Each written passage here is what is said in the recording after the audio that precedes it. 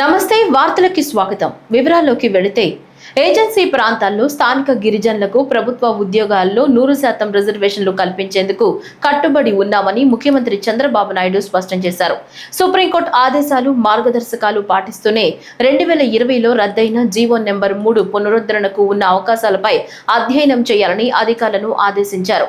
న్యాయ సమీక్షలో రద్దయిన GO number 3ను పునరుద్ధరించేందుకు తీసుకోవాల్సిన చర్యలపై అధికారులతో సచివాలయంలో సీఎం చంద్రబాబు నిన్న సమీక్ష నిర్వహించారు. ఏజెన్సీ ప్రాంతాల్లో ప్రభుత్వ ఉద్యోగాల్లో స్థానిక గిరిజనులకు 100% రిజర్వేషన్ల కల్పనకు ఉన్న అవకాశాలు, చట్టపరంగా ఉన్న వివిధ అనుకూలతలు, అడ్డంకులపై చర్చించారు.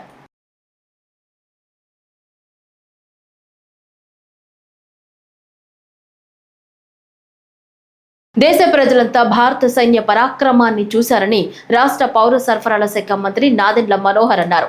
విజయవాడ ఇంద్రకీలాద్రిపై ఈ రోజు శ్రీ దుర్గా మల్లేశ్వర స్వామి వార్లను మంత్రి దర్శించుకున్నారు. అనంతరం ఆయన మీడియాతో మాట్లాడుతూ సైన్యానికి దేశ ప్రజలందరి మద్దతుతో పాటు దైవ బలం మెండుగా ఉండాలని ప్రార్థించినట్లు తెలిపారు. ప్రతి ఒక్కరూ ఒక బాధ్యతతోటి దేశభావం, దేశభక్తి అనేది కలగాలనే ఆలోచనతోటి మా పార్టీ అధ్యక్షులు పవన్ కళ్యాణ్ గారు జనసేన పార్టీలో ఉన్న శ్రేణులందరినీ కూడా ఒక నూతన ఉత్తేజం ఇచ్చే విధంగా దేశం కోసం, మన రక్షణ కోసం పోరాడే మన సైనికులకి ఒక మంచి నాయకత్వమే సరిపోదు, దైవ బలం కూడా చాలా అవసరం ఇటువంటి సందర్భాల్లో అని ఆయన సూచనల మేరకు ఈ రోజున 12 ఆలయాల్లో కర్ణాటకలోను, తమిళనాడులోను, మన ఆంధ్రప్రదేశ్లో కూడా మీ అందరం కూడా కలిసి మా పార్టీ అధ్యక్షులు పవన్ కళ్యాణ్ గారు చేసిన సూచనల మేరకు ప్రతి ఒక్కరిలో ఆ భావన కలిగే విధంగా ఎప్పుడు కూడా సందర్భాన్ని బట్టి మనం మాట్లాడడం అనేది కాదు, ఏ సందర్భమైనా సరే ముందు మన దేశం, మన కోసం త్యాగాలు చేసిన మన సైనికులు ఏ విధంగా కొన్ని సంఘటనలు చూసామో గత నెల రోజుల నుంచి ప్రతి ఒక్కరిని కదిలివేసింది. కానీ ఒక బాధ్యత కూడా మనందరిలోనూ ఉండాలి.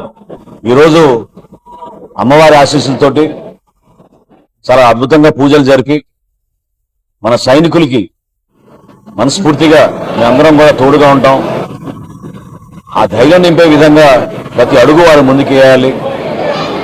ఇటువంటి కార్యక్రమాలు ఎప్పుడు కూడా జనసేన పార్టీలో ఉన్న శ్రేణులందరూ కూడా కలిసికట్టుగా ప్రజల్లో ఒక మంచి భావన వచ్చే విధంగా వర్తమాన రాజకీయాల్లో ఏ పార్టీ చేయని విధంగా మేము నిలబడుతున్నాం. అనేక కార్యక్రమాలు చేపట్టాం. అమాయకులుగా ఉన్న పర్యాటకుల్ని పహల్గాంలో ఆ రోజు జరిగిన సంఘటన ప్రత్యేకంగా వ్యక్తిగతంగా కూడా ప్రతి ఒక్కరిని కదిలి వేసింది.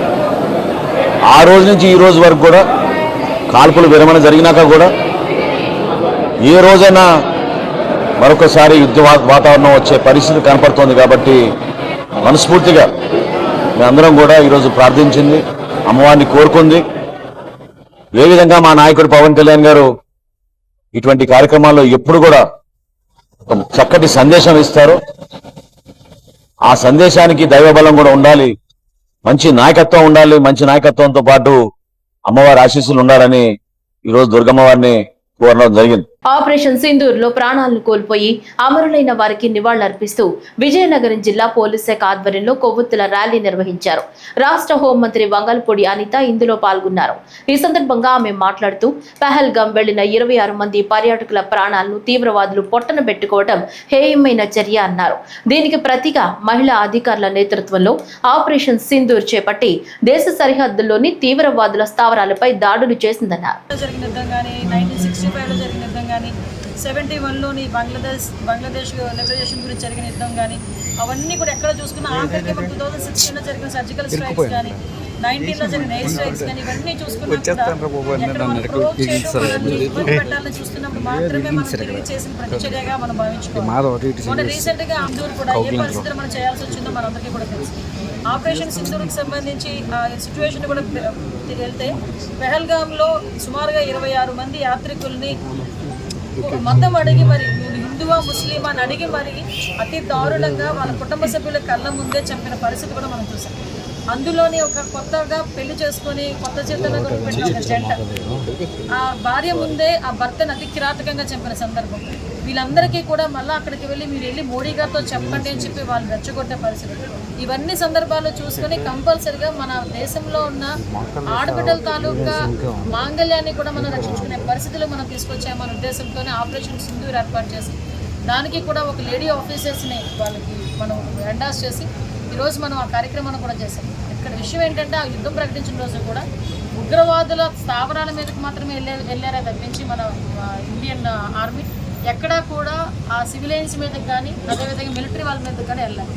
కానీ వాళ్ళు మనం చూసుకున్న సందర్భాలను బట్టి చూస్తే తిరిగి మనకి ప్రొవోక్ చేయటం, అదేవిధంగా మన మీద దాడులు చేయటం. ఆ దాడుల్లోని సుమారుగా 4 జవాన్లు వీరమరణం పొందడం, అందులో ఆంధ్రప్రదేశ్కి చెందిన మురళీ నాయక్ నిజంగా వీరమరణం చెందడం మనందరం కూడా నిజంగా చాలా బాధ అనిపించింది. నిజంగా నేను వాళ్ళ ఇంటికి నేను వెళ్ళాను, వాళ్ళ తల్లిదండ్రులను కలిశాను. తన తాలూకు దహన సంస్కారాల్లో నేను కూడా పాల్పంచుకున్నాను. 23 సంవత్సరాలు. నిజంగా ఆ పిల్లోడిని చూస్తే చాలా చిన్న పిల్లోడు, ఒక్కగానో ఒక కొడుకు. ఆ కొడుకు కూడా ఎట్టి పరిస్థితుల్లోని కూడా నేను దేశం గురించి సేవ చేయాలి, చనిపోతే నా మీద దేశ జెండా మన జాతీయ జెండా ఉండాలి అని వాళ్ళ తల్లిదండ్రులతో ఎప్పుడూ చెప్పే సందర్భం. ఆఖరికి తను వాళ్ళ ఉగ్రవాదుల చేతిలో చనిపోతున్న టైంలోని కూడా వాళ్ళ అమ్మగారు జాగ్రత్త అని చెప్పి ఒక మెసేజ్ టైప్ చేసి వాళ్ళ కజిన్ చేసి పంపించి చనిపోయే పరిస్థితి. అంటే వాళ్ళ ధైర్యాన్ని కూడా మనం నేర్చుకునే పరిస్థితికి రావాలి. కేంద్ర రాష్ట్ర ప్రభుత్వాలు రహదారుల అభివృద్ధికి చర్యలు తీసుకుంటున్నాయని అమలాపురం ఎంపీ గంటి హరీష్ మధుర్ పేర్కొన్నారు. డాక్టర్ బిఆర్ అంబేద్కర్ కోనసీమ జిల్లా అమలాపురంలోని ఈదరపల్లి వంతెన అభివృద్ధి పనులకు స్థానిక ఎమ్మెల్యే ఐతాబత్తుల ఆనందరావుతో కలిసి ఆయన భూమి పూజ చేశారు. ఈ సందర్భంగా ఎంపీ మాట్లాడుతూ నూతనంగా ఏర్పడ్డ జిల్లా అభివృద్ధికి కట్టుబడి ఉన్నామన్నారు. ప్రధానంగా అమలాపురంలో ట్రాఫిక్ సమస్యను పరిష్కరించే విధంగా నూతన వంతెనలను నిర్మిస్తున్నట్లు ఎంపీ పేర్కొన్నారు. ఎందుకంటే ప్రజలు అనేక అంశాల్లోని ఇక్కడ ట్రాఫిక్ సమస్యలోని అనేక అంశాల్లోని బాధపడడం జరుగుతుంది. ఈ సమస్యకి మనం పరిష్కారం చూపించాలని చెప్పి ఎన్డీఏ ప్రభుత్వం కలిపి ఈరోజు ఒక నిర్ణయం తీసుకుని ఈ 7 బ్రిడ్జ్లు ఏర్పాటు చేయడం జరుగుతుంది. అందులోని 2 ఈరోజు శంకుస్థాపన చేస్తున్నాం. ఈ ఎంక్రోచ్మెంట్స్ అయినా లేకపోతే ఇక్కడ ఉన్న స్థానికులు ఉన్న ప్రజలు చాలా ఇబ్బంది పడుతున్నారు. ఇవే కాకుండా నేషనల్ హైవే 216లోని కూడా అలాగే రైల్వే లైన్ ప్రాజెక్టులోనైనా కూడా మేము అందరినీ కూడా ఒకటే తెలియజేసుకున్నాం. ఎట్టి పరిస్థితుల్లో ఎన్డీఏ ప్రభుత్వం మీకు ఎటువంటి ఇబ్బంది కలిగిస్తూ ఇక్కడ ఉన్న ప్రతి సమస్యకి పరిష్కారం చూపించాలని చెప్పి నిర్ణయాలు, అదేవిధంగా ప్రజల్ని కూడా ఇక్కడ కూడా పొగాకు రైతుల ఆందోళనను తొలగించి వారి పంటలను కంపెనీలు కొనుగోలు చేయాలని రాష్ట్ర విద్యుత్ శాఖ మంత్రి గొట్టిపాటి రవికుమార్ కోరారు. పొగాకు కొనుగోళ్ల తీరు, ధరలపై ఒంగోలులో మరో మంత్రి డోల శ్రీ బాల వీరాంజనేయ స్వామి కంపెనీల ప్రతినిధులతో ప్రత్యేక సమావేశం నిర్వహించారు. ఈ సందర్భంగా మంత్రులు మీడియాతో మాట్లాడుతూ అంతర్జాతీయంగానూ పొగాకు ఉత్పత్తి పెరిగిందన్నారు. రైతులకు ఎలాంటి నష్టం వాటిల్లకుండా కొనుగోళ్లు చేపట్టాలని మంత్రులు పేర్కొన్నారు. ఇంతకు ముందు కన్నా ఈ సంవత్సరం కల్టివేషన్ ఛార్జెస్ రైతులకు ఎక్కువగా 5 లక్షల వరకు బ్యాన్ పెరగడం జరిగింది. మార్కెట్ కొంచెం రేట్లు తక్కువగా ఉండేటువంటి ఆందోళన వల్ల తీవ్రంగా కనిపిస్తూ ఉంది. ఈ ఒడిదొడుగుల్లో ఇంటర్నేషనల్ మార్కెట్లో కూడా కొంచెం తగ్గినటువంటి వాస్తవం అని చెప్పేసి బోర్డు అధికారులు ట్రేడర్స్ చెప్పడం జరిగింది.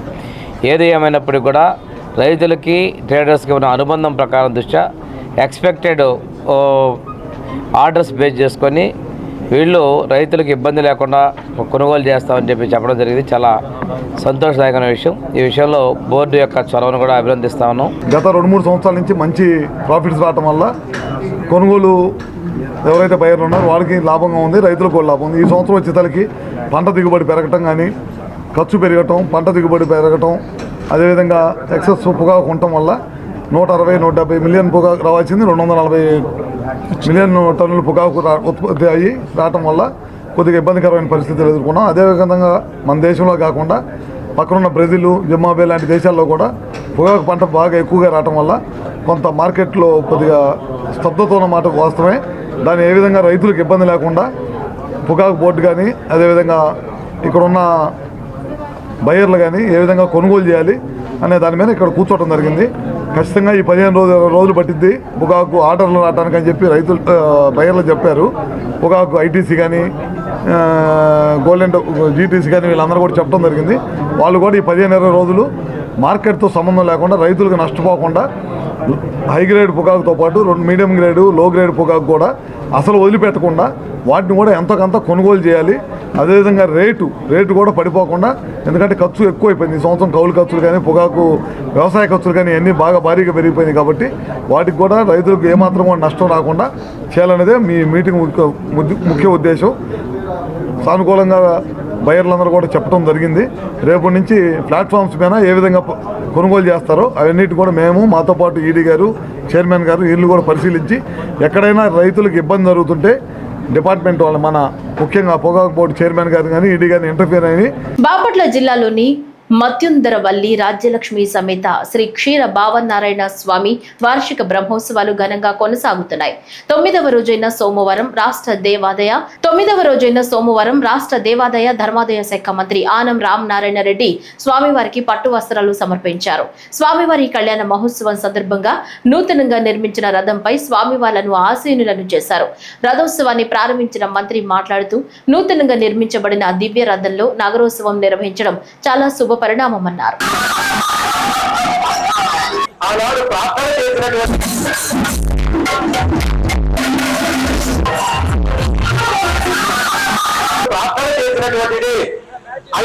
స్వామివారి యొక్క వైభవాన్ని మనం ఎన్నిసార్లు విన్నప్పటికీ కూడా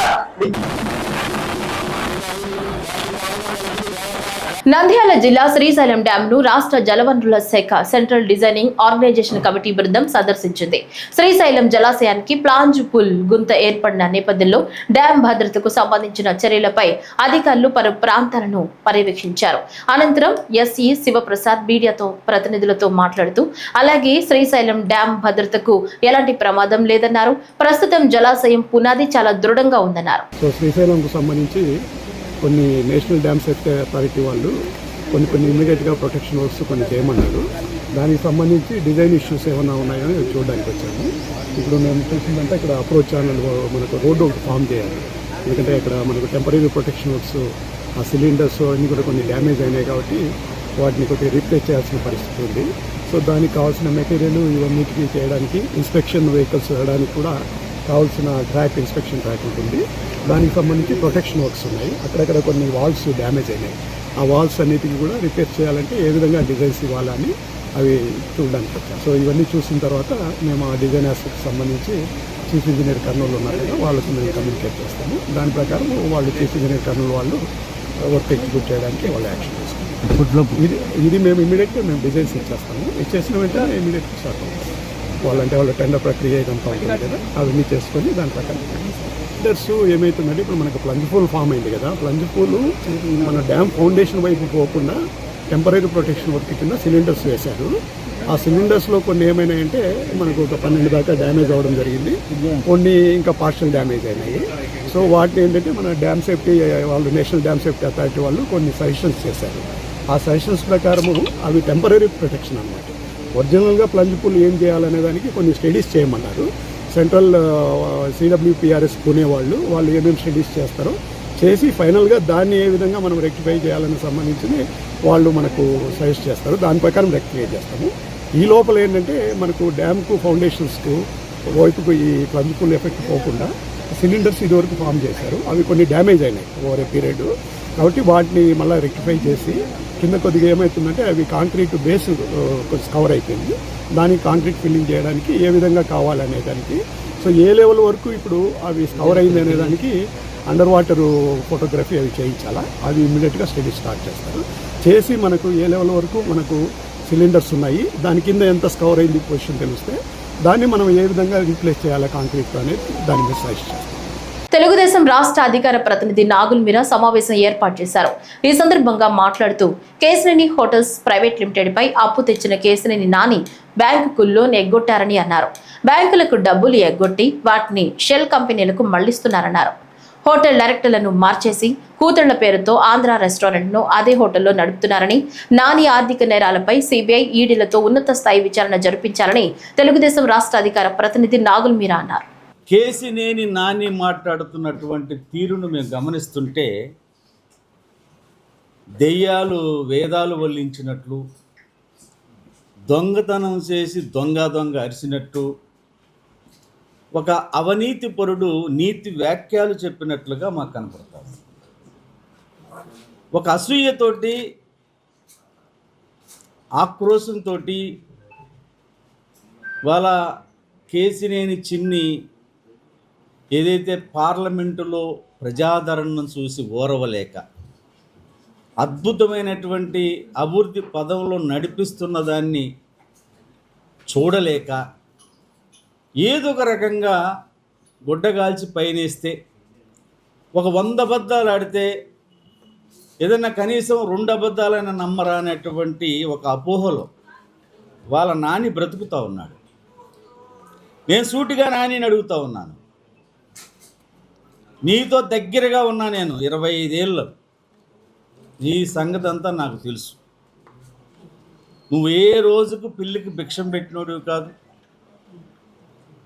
ఒక అహంకారపూరితంగా నువ్వు వ్యవహరించిన తీరికి ఇవాళ నీ చుట్టుపక్కల ఎవరు లేరు, నీ స్నేహితులు లేరు, నీ దగ్గరగా ఉన్నటువంటి వాళ్ళు లేరు, చివరికి మీ అమ్మ చెల్లి కూడా నీతో లేరు.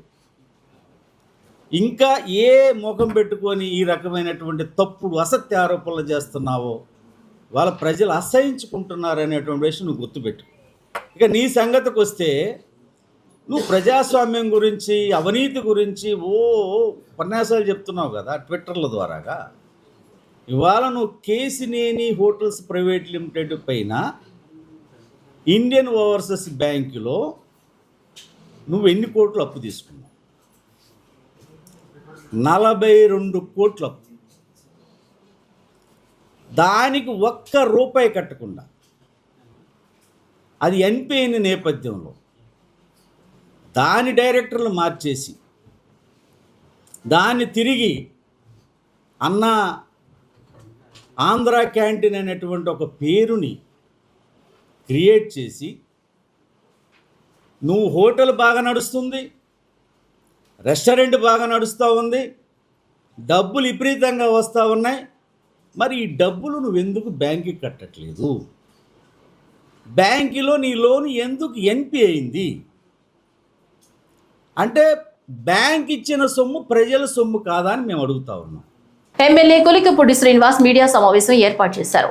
ఈ సందర్భంగా మాట్లాడుతూ కేసినేని నాని అక్రమాలపై సిబిఐ డైరెక్టర్ కు లేఖ రాస్తున్నామని, దీనిపై సమగ్ర విచారణ జరిపించాలని కోరారు. ఉద్దేశపూర్వకంగా కేసినేని నాని బ్యాంకు రుణం ఎగ్గొట్టాడని, గత 10 ఏళ్లు ఎంపీ పదవిని అడ్డం పెట్టుకుని ఆర్థిక నేరానికి కేసినేని నాని పాల్పడ్డాడన్నారు. ప్రజా జీవితంలో ఉన్న వాళ్లు మాట్లాడే మాటలు వ్యక్తిగత వ్యాపార విషయాలు ప్రజలు గమనిస్తారని ఎమ్మెల్యే కొలికిపూడి అన్నారు. గత కొద్ది సంవత్సరాలుగా ఉమ్మడి కృష్ణా జిల్లాలో, ముఖ్యంగా ప్రస్తుత ఎన్టీఆర్ జిల్లాలో తన సేవా కార్యక్రమాల ద్వారా కొన్ని వేల మందికి తన సొంత ఖర్చుతో ఆహారాన్ని అందించడానికి అన్న క్యాంటీన్ నిర్వహించిన చిన్ని గారి గురించి, హెల్త్ క్యాంపుల ద్వారా ఆరోగ్యాన్ని అందించిన చిన్ని గారి గురించి, జాబ్ మేళాల ద్వారా ఉపాధి ఉద్యోగ అవకాశాలు పెంచిన చిన్ని గారి గురించి, కేసినేని నాని గారు చేసిన ప్రతి ఆరోపణ సత్యదూరం, అదొక రాజకీయ కుట్రలో భాగంగా జగన్మోహన్ రెడ్డి ఆయన టీం 5 ఏళ్ళు చేసిన అసలైన లిక్కర్ స్కామ్ నుంచి, సిట్ విచారణ నుంచి ప్రజల దృష్టిని మళ్లించే కార్యక్రమంలో భాగంగానే నాని గారు మాట్లాడారు అని స్పష్టంగా అర్థం చేసుకొని, మరి ఇన్ని నీతులు చెప్పే నాని గారు ఆయన 10 ఏళ్ళు లోక్సభ సభ్యుడిగా చేసిన ఒక బాధ్యతాయుతమైన ప్రజాప్రతినిధిగా ఆయన ఎలా వ్యాపారాలు చేస్తున్నారు, ఆయన ఎన్ని రకాల ఆర్థిక నేరాలకు పాల్పడుతున్నారో ప్రపంచం దృష్టికి డాక్యుమెంట్స్తో సహా, సాక్ష్యాలతో సహా చూపించే ఉద్దేశమే ఈరోజు ఈ మీడియా సమావేశం. కేసినేని నాని గారి అన్లిమిటెడ్ క్రిమినల్ యాక్టివిటీస్లో ఒక 5 విషయాలు ఈరోజు సూటిగా స్పష్టంగా మీ ముందుంచుతాను. మొదటిది ఉద్దేశపూర్వకంగా నేరపూరితంగా బ్యాంకు రుణం ఎగగొట్టడం. కేశినేని నాని గారు మేనేజింగ్ డైరెక్టర్గా ఉన్న కేశినేని హోటల్స్ ప్రైవేట్ లిమిటెడ్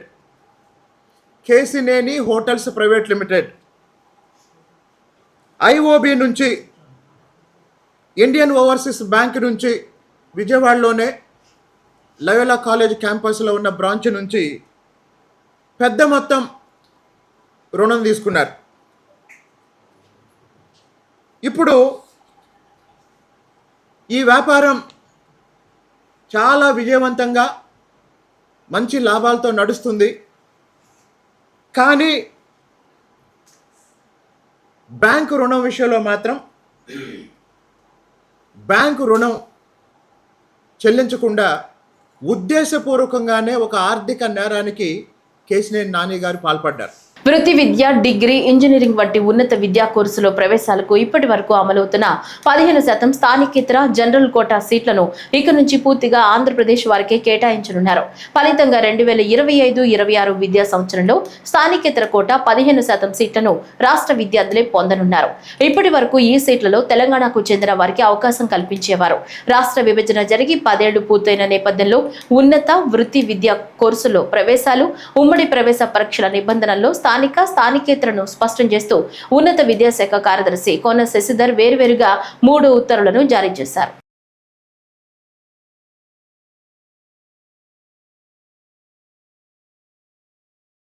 తిరుమలలో ఆఫ్లైన్ లో ఇస్తున్న శ్రీవాణి దర్శన టికెట్లు మిగిలిపోయాయంటూ సామాజిక మాధ్యమాల్లో కొందరు చేస్తున్న ప్రచారం పూర్తిగా అవాస్తవమని తిరుమల తిరుపతి దేవస్థానం పేర్కొంది.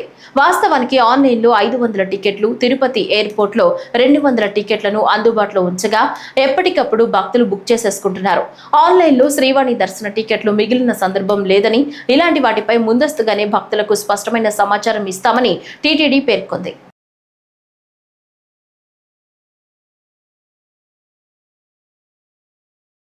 తిరుమల శ్రీవారి ఆలయంలో వైశాఖ పౌర్ణమి సందర్భంగా నిన్న రాత్రి గరుడ సేవ వైభవంగా నిర్వహించారు.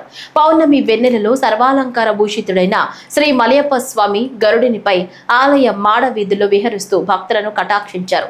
తిరుమాడ వీధుల్లో విహరిస్తున్న మలయప్ప స్వామి వారికి భక్తులు కర్పూర నీరాజనాలు పలికారు.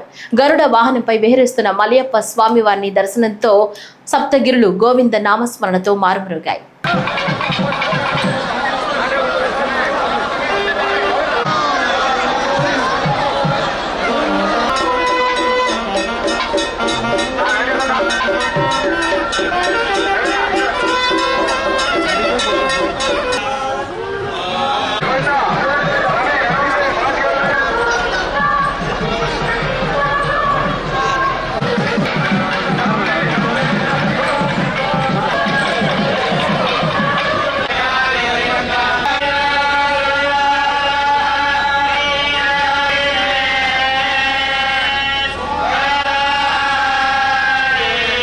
తిరుపతిలోని సాంస్కృతిక వారసత్వాన్ని, తెలుగు ప్రజల చరిత్రను ఈ జాతర ప్రతిబింబిస్తూ తిరుపతి జిల్లా తిరుపతిలోని తాతయ్య గుంటలో గంగమ్మ జాతర కొనసాగుతుంది. ఈ 7 రోజుల జాతరకు తిరుపతి ప్రజలే కాకుండా పొరుగు రాష్ట్రాలైన కర్ణాటక, తమిళనాడు నుంచి కూడా ప్రజలు పెద్ద ఎత్తున తరలి వస్తున్నారు. ఈ తెల్లవారుజాము నుంచే దర్శనానికి తరలి వస్తున్నారు. జాతరకు పటిష్ట బందోబస్తు ఏర్పాట్లు చేశారు. ప్రత్యేక కంట్రోల్ రూమ్ ను ఏర్పాటు చేసి సీసీ కెమెరాల ద్వారా భద్రతను నిత్యం పర్యవేక్షిస్తున్నారు.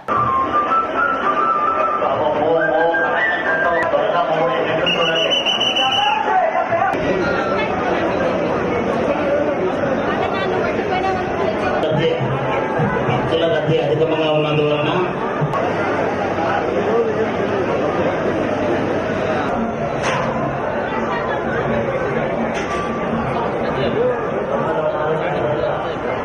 పోలీసు వారికి దేవాదాయ శాఖకు సహకరించవలను. జాగ్రత్త. శ్రీ సుందరవల్లి రాజ్యలక్ష్మి సమేత సాక్షి భావనారాయణ స్వామి కళ్యాణ రథోత్సవ కార్యక్రమం కన్నుల పండుగగా జరిగింది. ఈ రథోత్సవ కార్యక్రమానికి భక్తులు వేలాదిగా పాల్గొని ఆలయంలో స్వామివారిని దర్శించుకుని ఎంతో ప్రత్యేకంగా అలంకరించిన రథంపై స్వామివారిని ప్రతిష్ఠించి పూజారుల మంత్రోచ్చరణల మధ్య రథోత్సవాన్ని ప్రారంభించారు. ఈ కార్యక్రమంలో వేలాదిగా భక్తులు పాల్గొని గోవిందనామ స్మరణలతో భక్తి శ్రద్ధలతో రథాన్ని లాగుతూ తమ తమ మొక్కులు చెల్లించుకున్నారు. ఈ కార్యక్రమంలో రాష్ట్ర నలుమూలల నుంచి భక్తులు వేలాది మందిగా విచ్చేసి స్వామివారి కృపా కటాక్షాలు ఆశీర్వాదాలకు పాత్రులయ్యారు.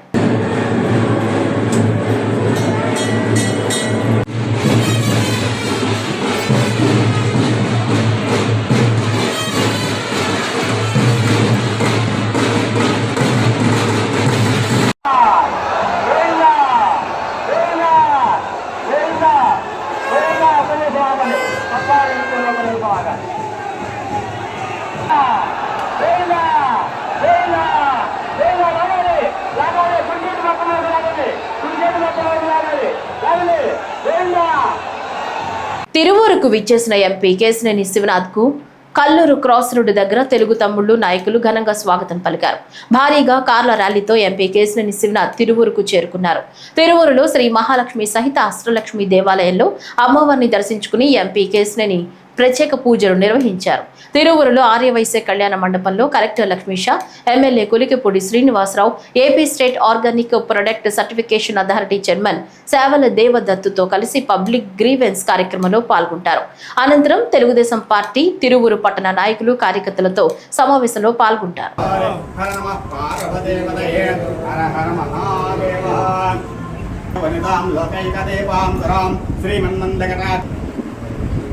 वै सर्वा देवताः सर्वाभिरेवैनं देवता भुवर्धरते यावन्द्रिय आयुष्येवेन्द्रिये प्रतिष्ठति घनघनकवस्तुवाहन